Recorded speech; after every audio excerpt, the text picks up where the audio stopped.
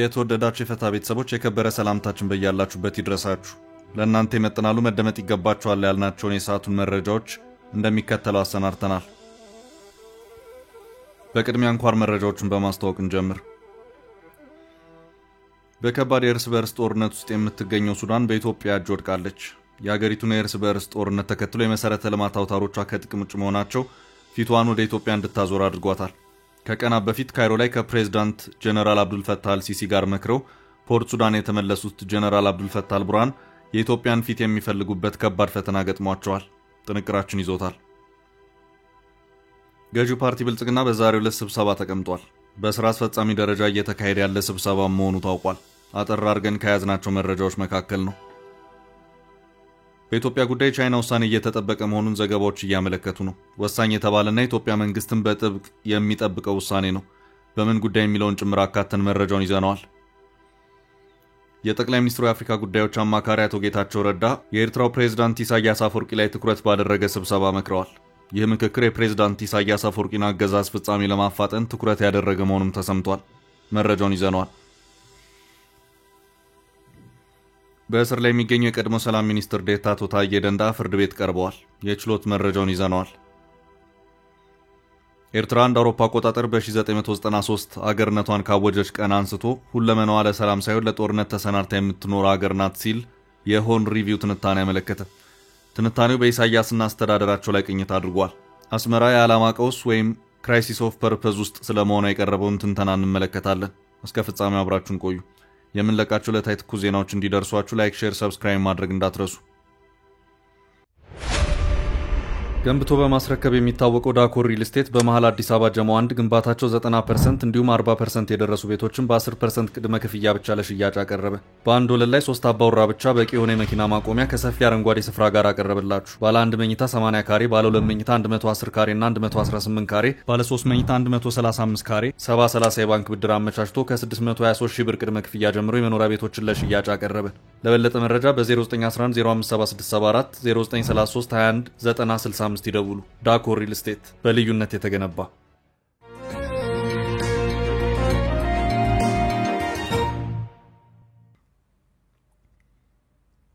ሱዳን በኢትዮጵያ እጅ ወደቀች። በከባድ የእርስ በርስ ጦርነት ውስጥ የምትገኘው ሱዳን በኢትዮጵያ እጅ ወድቃለች። የሀገሪቱን የእርስ በርስ ጦርነት ተከትሎ የመሰረተ ልማት አውታሮቿ ከጥቅም ውጭ መሆናቸው ፊቷን ወደ ኢትዮጵያ እንድታዞር አድርጓታል።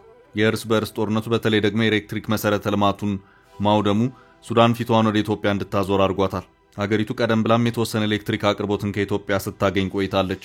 አብዛኛውን የኃይል ፍላጎቷን ደግሞ በራሷ ከምታመነጨው ስትጠቀም ቆይታለች። ይሁንና የጀነራል መሐመድ ሐምዳን ዳጋሎ ጦር በሱዳን የኤሌክትሪክ መሰረተ ልማቶች ላይ እየደጋገመ የድሮን ጥቃት መሰንዘሩ የሱዳንን የኃይል ምንጭ ክፉኛ አሽመድምዶታል።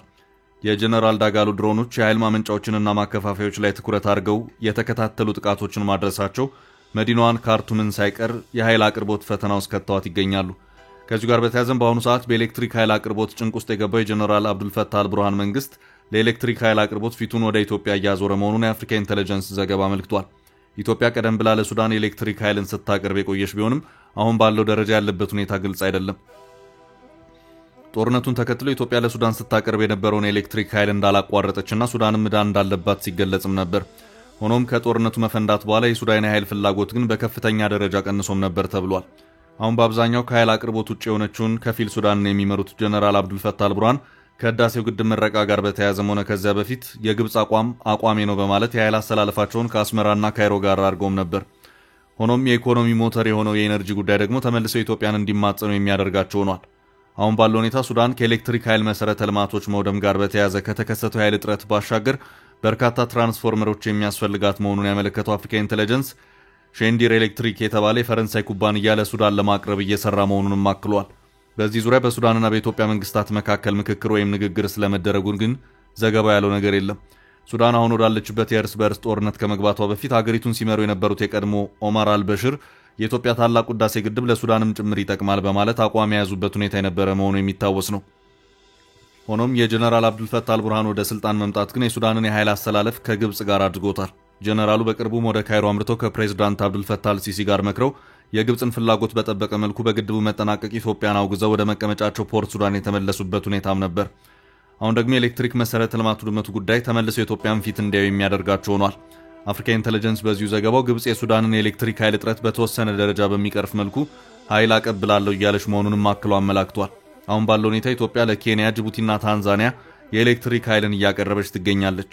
የኬንያ የኃይል ፍላጎት በመጨመሩ አገሪቱ ተጨማሪ አቅርቦትንም ከኢትዮጵያ የጠየቀች መሆኑን ዘገባዎች ያመለክታሉ።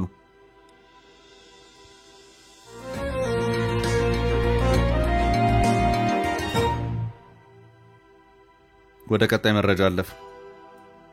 ብልጽግና ስብሰባ ተቀመጠ። ገዢው ፓርቲ ብልጽግና በዛሬው ዕለት ስብሰባ የተቀመጠ መሆኑ ታውቋል። ስብሰባው በፓርቲው ስራ አስፈጻሚ ደረጃ እየተካሄደ ያለ ነው። የፓርቲው ፕሬዝዳንት ጠቅላይ ሚኒስትር አብይ አህመድ በማህበራዊ ትስስር ገጻቸው ላይ ባጋሩት መረጃ የብልጽግና ፓርቲ ስራ አስፈጻሚ ኮሚቴ ዛሬ ጠዋት በተለያዩ ሀገራዊ ጉዳዮችና በልዩ ልዩ የፓርቲ አጀንዳዎች ላይ ለመወያየት ስብሰባ ጀምረዋል ብለዋል። ከዚህ ውጪ ስለ ስብሰባው የተሰጠ ዝርዝር መረጃ የለም። በቀጣይ መረጃችን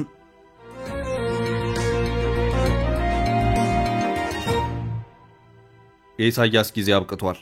ብርጌዱ ከኤርትራ እንደ ሀገር መመስረት ጀምሮ በስልጣን ላይ ያለውን የፕሬዝዳንት ኢሳያስ አፈወርቂ መንግስት ከስልጣን ለማንሳት የተለያዩ የዲፕሎማሲ እንቅስቃሴዎችን አጠናክሮ የቀጠለው ተቃዋሚው ብርጌድ ንሓመዱ ከጠቅላይ ሚኒስትር አብይ አህመድ የምስራቅ አፍሪካ ቀጠናዊ ጉዳዮች አማካሪ አቶ ጌታቸው ረዳ ጋር መምከሩን የተገለጸው የጠቅላይ ሚኒስትሩ የአፍሪካ ጉዳዮች አማካሪ አቶ ጌታቸው ረዳ የኤርትራው ፕሬዝዳንት ኢሳያስ አፈወርቂን ከስልጣን ለማንሳት ከሚንቀሳቀሰው ብርጌድ ንሓመዱ ጋር መክረዋል። ይህን ምክክር ተከትሎ የብርጌድ ንሓመዱ ሊቀመንበር አቶ በየነ ገብረ እግዚአብሔር በይፋ ኤክስ ገጻቸው ባሰፈሩት መልእክት በአፍሪካ ቀንድ ሽብርተኝነትን ለመዋጋት መመከሩን ገልጸዋል።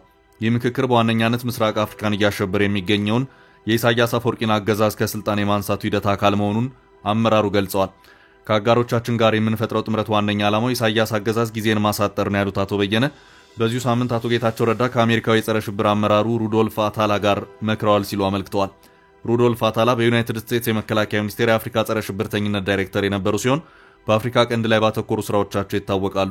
የቀድሞ የትግራይ ክልል ጊዜያዊ አስተዳደሩ ፕሬዝዳንትና የሆነው የጠቅላይ ሚኒስትሩ አማካሪ አቶ ጌታቸው ረዳ የኤርትራው ፕሬዝዳንት ኢሳያስ አፈወርቂን ከስልጣን ለማንሳት በሚታገለው ህብረት ጉባኤ ላይ ከዚህ ቀደም መገኘታቸው የሚታወስ ነው። ከሌላኛው የኢሳያሱ ተቃዋሚ ቀይ ባህር አፋር ጉባኤ ጋር አቶ ጌታቸው ረዳ መምከራቸው አይዘነጋም። የኤርትራው ፕሬዝዳንት ኢሳያስ አፈወርቂን ከስልጣን ለማንሳት ነፍጥ አንስቶ ወደ ትጥቅ ትግል ለመግባት መዘጋጀቱን የገለጸው የቀይ ባህር አፋር ጉባኤ ከአቶ ጌታቸው ረዳ ጋር ጥብቅ ምክክር ማድረጉ ተዘግቧል። የኤርትራ መንግስት ለመጣል ከሚንቀሳቀሱ ድርጅቶች አንዱ የሆነው የኤርትራ አፋር ብሔራዊ ጉባኤ ኢትዮጵያ ውስጥ ሆኖ የትጥቅ ትግል ለማድረግ በዝግጅት ላይ መሆኑን መግለጹ ይታወቃል። አቶ ጌታቸው ረዳ አሁን ላይ በተከታታይ ከብርጌድ ንሓመዱ ጋር በቅርበት እየሰሩ መሆናቸውን ያመለከቱ መረጃዎች በተከታታይ ተጋርተዋል። ይህ በእንዲህ እንዳለ የጠቅላይ ሚኒስትሩ የአፍሪካ ጉዳዮች አማካሪ አቶ ጌታቸው ረዳ በዚሁ ሳምንት እንዲሁ ከአሰብ ቅርብ ጥብቅ ምክክር ማድረጋቸው አይዘነጋም። የጠቅላይ ሚኒስትር አብይ አህመድ የምስራቅ አፍሪካ ጉዳይ አማካሪ ጌታቸው ረዳ የኢትዮጵያ የብሔራዊ መረጃና ደህንነት አገልግሎት የበላይ ኃላፊ ሬድዋን ሁሴን፣ ከፍተኛ የጦር መኮንኖችና የአፋር ክልል ባለስልጣናት የቡሬ ከተማን መጎብኘታቸው የሚታወስ ነው። በረሃማው የአፋር ክልል ከተማ ቡሬና አካባቢው ኢትዮጵያና ኤርትራ ከ1990 እስከ 92 ባደረጉት ጦርነት የሁለቱ ሀገራት ጦር ኃይላት ለተከታታይ ወራት ከፍተኛ ውጊያ ያደረጉበት አካባቢም ነው። የኢትዮጵያና የኤርትራ መንግስታት አንዱ በሌላው ላይ ጦርነት ለመክፈት እየተዘጋጀ ነው በሚል በሚወቃቀሱበት በአሁኑ ወቅት የኢትዮጵያ ባለስልጣናት አካባቢውን የጎበኙበት ትክክለኛ ምክንያት በውል አልታወቀም።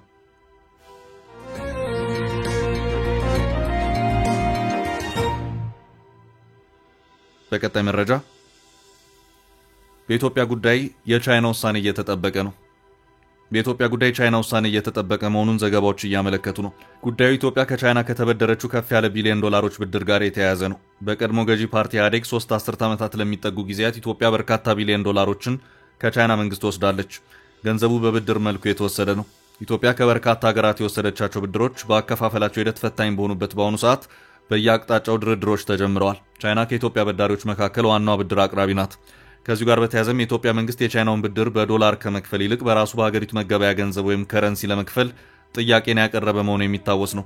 ኢትዮጵያ የቻይናን ብድር በዶላር ከመክፈል ይልቅ በቻይናው ዩዋን መክፈሏ 7.2 የነበረውን ወለድ ወደ 3% እንደሚያወርደው ሳውዝ ቻይና ሞርኒንግ ፖስት ባሰራጨው ዘገባ አመልክቷል።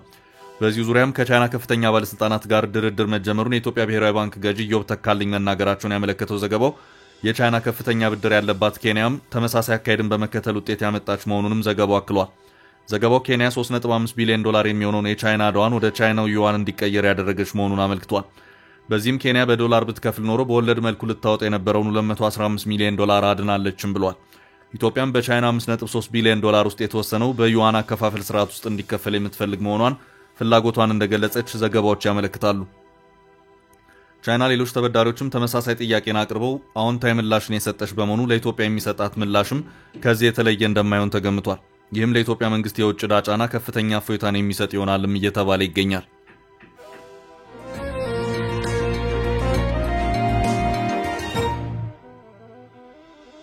ወደ ቀጣይ መረጃ አለፍን። የአቶ ታዬ ደንደዓ ችሎት።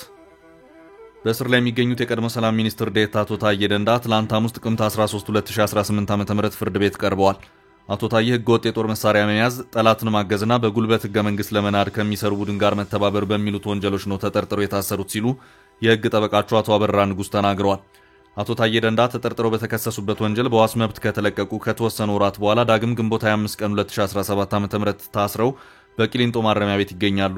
በተጠረጠሩበት ወንጀሎች የመጨረሻ ውሳኔ ለመስጠት ልደታ ፌዴራል ከፍተኛ ፍርድ ቤት ጸረ ሽብር ችሎት ሐምሌ 30 ቀን 2017 ዓ.ም ቀጠሮ ሰጥቶ ነበር። የአቶ ታዬ መዝገብ ተመርምሮ ትላንት ውሳኔ ለመስጠት ቢቀጥርም ፍርድ ቤቱ በተደራራቢ ስራዎች መዝገቡን አጣርቶ ውሳኔ ለመስጠት ጊዜ አለማግኘቱን ገልጾ ተለዋጭ ቀጠሮ ሰጥቷል። በችሎቱ ከሳሽ አቃቤ ህግ እንዳልቀረበ ጠበቃቸው አቶ አበራ ተናግረዋል። የአቶ ታዬ ደንደዓ ጠበቃ አቶ አበራ ንጉስ ደንበኛቸው ከዚህ ቀደም ታስረው ባሉበት የሰብአዊ መብት ጥሰቶች እንደደረሰባቸው ለፍርድ ቤቱ አቤቱታ አቅርበው በጉዳዩ ላይ ትዕዛዝ አለመሰጠቱን እንዲሁም ከሁለት ወር ቆይታ በኋላ መዝገባቸው ተመርምሮ አለማለቁ ቅር እንዳሰኛቸው ለችሎቱ ማስረዳታቸውን ገልጸዋል። ሆኖም የፌዴራል ልደታ ከፍተኛ ፍርድ ቤት ጸረ ሽብር ወንጀል ችሎት ውሳኔ ለመስጠት ለጥቅምት 24 ቀን 2018 ዓ.ም ተለዋጭ ቀጠሮ ሰጥቷል ሲሉ አቶ አበራ ንጉስ ለቲክቫ ኢትዮጵያ በሰጡት ቃል አመልክተዋል። ጠበቃው ታዬ የተፋጠነ ፍትህ የማግኘት መብታቸው እጅግ መጓተቱን ለፍርድ ቤቱ ማስረዳታቸውንም ተናግረዋል።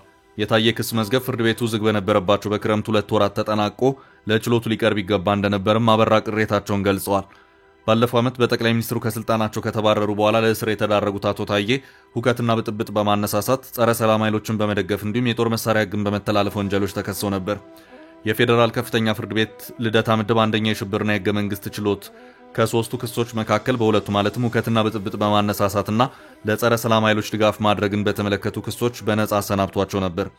የጦር መሳሪያ ወንጀሎችን በተመለከተ የቀረበባቸውን ክስ እንዲከላከሉ ፍርድ ቤቱ በዚያው ችሎት ውሳኔ ያሳለፈ ሲሆን ለወራት የቀረቡባቸውን ቀሪ ክሶች ሲከታተሉ ከቆዩ በኋላ አቃቤ ህግ አቋርጣቸው የነበሩ 2 ክሶችን ዳግም አንቀሳቅሷል። ከህገ ወጥ የጦር መሳሪያ ጋር በተያያዘ የቀረቡባቸውን ክሶች ደግሞ ከእስር ቤት በዋስ ወጥተው እንዲከላከሉ ተወስኖላቸው የነበረ ሲሆን አቃቤ ህግ ግን አቶ ታዬ ነጻ የተባሉባቸውን ክሶች በመቃወም ያቀረበ አቤቱታ ተቀባይነት በማግኘቱ የዋስትና መብታቸው ተነስቶ ለእስር ተዳርገዋል።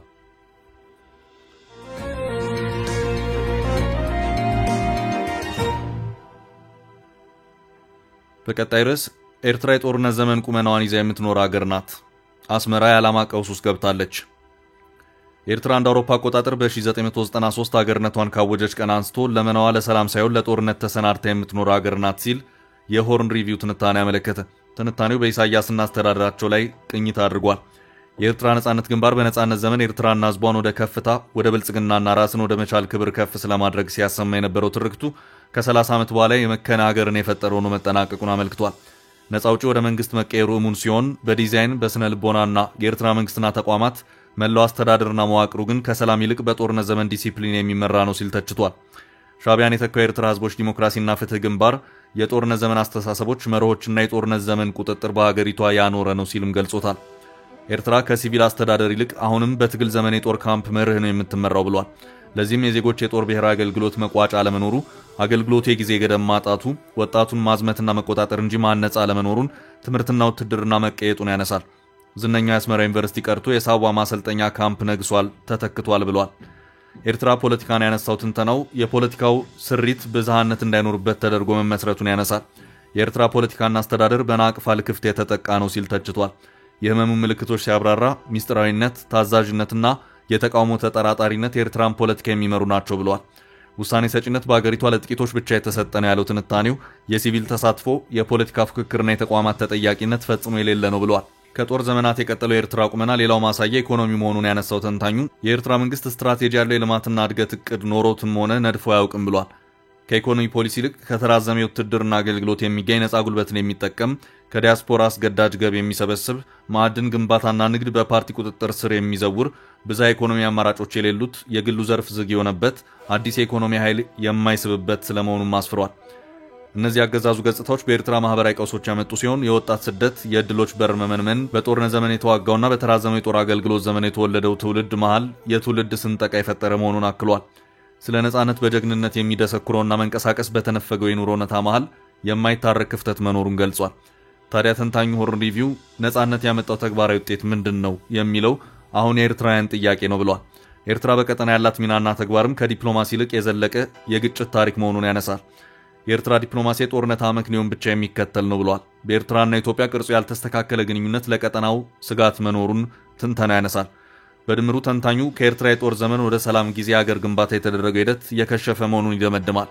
የነጻነት ትግል ሌጋሲ በኤርትራ የተቋማት ግንባታን የገታ የፖለቲካ መድረክን ያቀጨጨ እንዲሁም የኢኮኖሚ ድሎችን የነፈገ ስለመሆኑ ተንትኗል።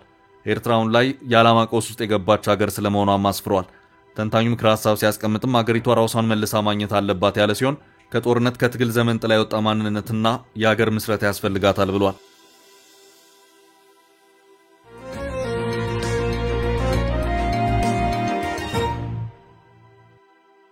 ወደ ቀጣይ መረጃ አለፍን።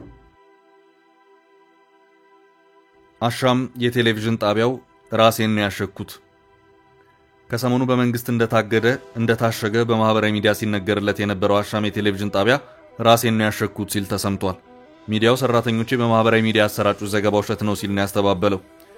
ከሚዲያው በጽሁፍ የወጣው መግለጫ አሻም ሚዲያ ትሬዲንግ አክሲዮን ማህበር ላለፉት 8 ዓመታት በኢትዮጵያ በተለያዩ ክልሎች በአካል እንዲሁም በተለያዩ ኤሌክትሮኒክስ አማራጮች በመጠቀም ማህበራዊ፣ ኢኮኖሚያዊና ፖለቲካዊ ጉዳዮችን ከህዝብ ወደ መንግስት ከመንግስት ወደ ህዝብ በማድረስ ረገድ እንደ ድልድይ ሆና ሚናዋን እየተወጣች ትገኛለች ብሏል። ከዚህ በተጨማሪም መንግስት ለሀገርና ለህዝብ ጥቅም ሲባል ትኩረት ሰጥቶ በሚሰራቸው ጉዳዮች በመረዳትና ቅድሚያ በመስጠት በሚዲያ ዘርፉ የበኩሏን ሚና ለመወጣት እየሞከረች ነው። ይሁን እንጂ ቴሌቪዥን ጣቢያው ከረቡዕ ጥቅምት 12 ቀን 2018 ዓ.ም ጀምሮ ባጋጠማት የቴክኒክ ችግር ምክንያት የጣቢያውን መደበኛ ስርጭት ማከናወን አልተቻለም። ችግሩን ለመቅረፍ የሚዲያው አስተዳደር ጥረቶች እያደረገ ይገኛል። ያጋጠመው ችግር እስኪስተካከል በሚል አስተዳደሩ በካሜራና መሰል የሚዲያው ንብረቶች እንዳይንቀሳቀሱ የውስጥ ንብረት ክፍሉን አሽጓል። እውነታው ሆኖ ሳለ አንዳንድ ሚዲያ ተቋሙ ሰራተኞች ይህንኑ ፎቶ በማንሳትና አሻም ሚዲያ ታሸገች፣ ከአየር በመውረድ ስራ አቆመች የሚል ሐሰተኛና የተዛባ መረጃ በተለያዩ የማህበራዊ ሚዲያ አማራጮች በማሰራጨት ህዝብ በመንግስት ላይ ያልተገባ አስተያየት እንዲሰጥ እያደረጉ እንደሚገኙ ተገንዝበናል ብለዋል። ስለሆነም ውድ የጣቢያችን ተመልካችና ተከታታዮቻችን በማህበራዊ ሚዲያ ተቋም ስራ እንዳቆመች ተደርጎ የተሰራጨው መረጃ ሐሰተኛ መሆኑን እናሳውቃለን። ጣቢያው የገጠማትን ቴክኒካል ችግሮች ቀርፋ እስክትመለስ ድረስ ስራዎቿን በማህበራዊ ሚዲያ አማራጮች መስራቷን እንደምትቀጥል በትህትና ለማሳወቅ እንወዳለን ሲል ገልጿል። ለዛሬ ያዝንላችሁ ርዕሰ ጉዳዮች እዚህ ላይ ቋጨን። ላይክ፣ ሼር እና ኮሜንት በማድረግ ለቻናላችን ድጋፋችሁን መግለጽ እንዳትዘነጉ እያልን ከሌሎች መረጃዎች ጋር ደግመን እስክንገናኝ ቸር ያሰማን ስንል ተሰናበትን።